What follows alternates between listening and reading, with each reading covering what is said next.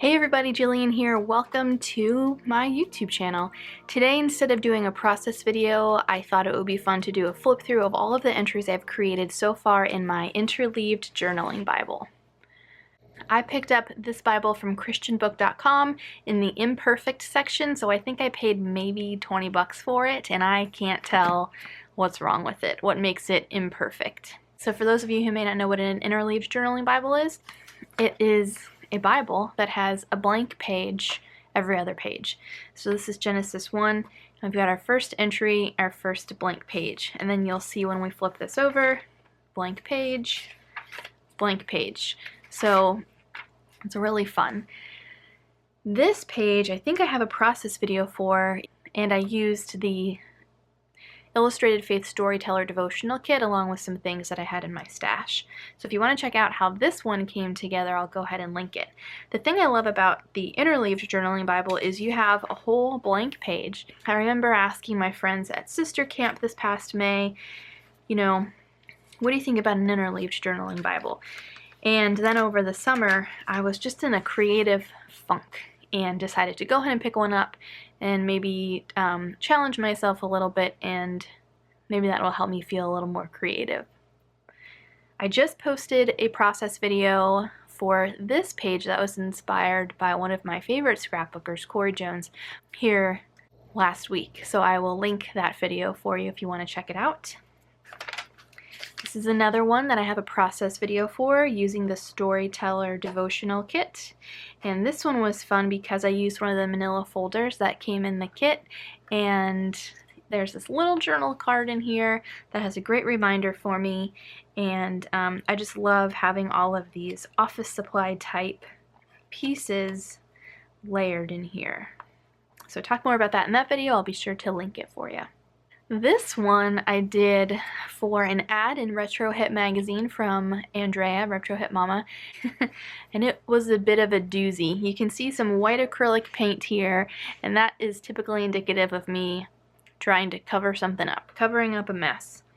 So I'm ultimately okay with how it turned out. I really was just trying to pull a prayer out of this passage, and that happened, and that's what's important, right? So for this page I used the Living Word Devotional Kit in the Print and Pray shop that is from Brave Little Tailor. It's so good, one of my favorites ever. Here is another entry using pieces from that set. I think I have a process video for this one, although it's pretty simple. So I'll go ahead and link that if you want to see how it came together. I am in Leviticus here using just prompts from her kit to help me work through this passage. I think I've got a process video for this one too. This is a page I used to write down some Bible study notes, some takeaways. So I used some pieces from an older Brianna Showalter Print and Pray set. I think it's called Be Thou My Vision, and it's basically a bunch of critters in glasses. It's adorable. And then I used some of these painterly elements from a 100 Days Toolbox printable kit, some stamps. You'll see it all in the video. If you want to watch it, I'll link it up here for you. This page I made using the Heart Layers Devotional Kit and some pieces from the Maggie Holmes Heritage Collection. This one was really fun to make. I used a bunch of different things like acrylic paint, some really watered down acrylic paint, I think that's what that was, fabric, paper die cuts, stickers, and this really fun bow clip from Christine's Etsy shop that I'll link below. I really liked how this one came out, and then my journaling is hidden underneath all of these layers. I think I did a quick process video for this page using a Print and Pray set from Brave Little Tailor, so I'll link that if you want to check that out. Here is another scrapbook type page that I used with the Storyteller Devotional Kit. I think I've got a process video for this one. I'll link it so you can watch how that came together. But I used some patterned paper, stamps, alphas, all sorts of things. So if you are one who doesn't want to cover up the text when you're Bible journaling, an Interleaved Bible could be a great option for you. So you can see I really leave the text page alone I usually don't do anything more than outlining the passage. Here I happen to stamp a paper clip, but you can see the text is still totally visible. This one was really fun to do. This was journaling some sermon notes, and apparently I had a lot to say. I used some print and pray pieces from Elaine Davis, some stamps from the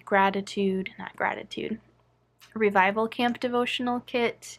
Yeah, so I'll link that video if you want to check it out. This is another sermon notes page. I never shared this one because I don't like how it came out. I actually have a process video for it though that I never shared. I typed some stuff up on vellum, layered over paint with more Maggie Holmes pieces, hearts from the Heart Layers devotional kit. So much happening. And I actually did get some paint over here. Whoops, but you can still totally read it. This guy I had a hyperlapse video for. You can see here I put the printable in the margin. I think this is as much as I decorate the text page ever in here so far. This was using Brownish Showalter's Interruption or Invitation kit in the Print and Pray shop. I used some stencils, stamps, puffy crosses. I used my typewriter to get some journaling down. So if you want to see how this came together, there's no voiceover. It's like a minute long. It's a really quick hyperlapse. Let's see what else. This page was fun. Oh, I highlighted the text there. This page was using a set from Jess Robin in the Print and Pray shop. I might have to go back to this because I'm studying in Genesis now. Maybe I'll use the illustration of Sarah that she included in here. I used some watered down Neo colors maybe to get the paint in the background. I printed the Alphas stickers on sticker paper. The word originally was inheritance, and I just took out the letters that I needed to spell the word heir. I ended up doing a little word study using this passage and noted my takeaways here. This one was a fun one to make. And then I started playing around with putting tabs on the sides of my pages. They get a little bent, but I do like how that looks sometimes. Wild and crazy stuff here, folks. This one I have a process video for. It's using the Tune In devotional series.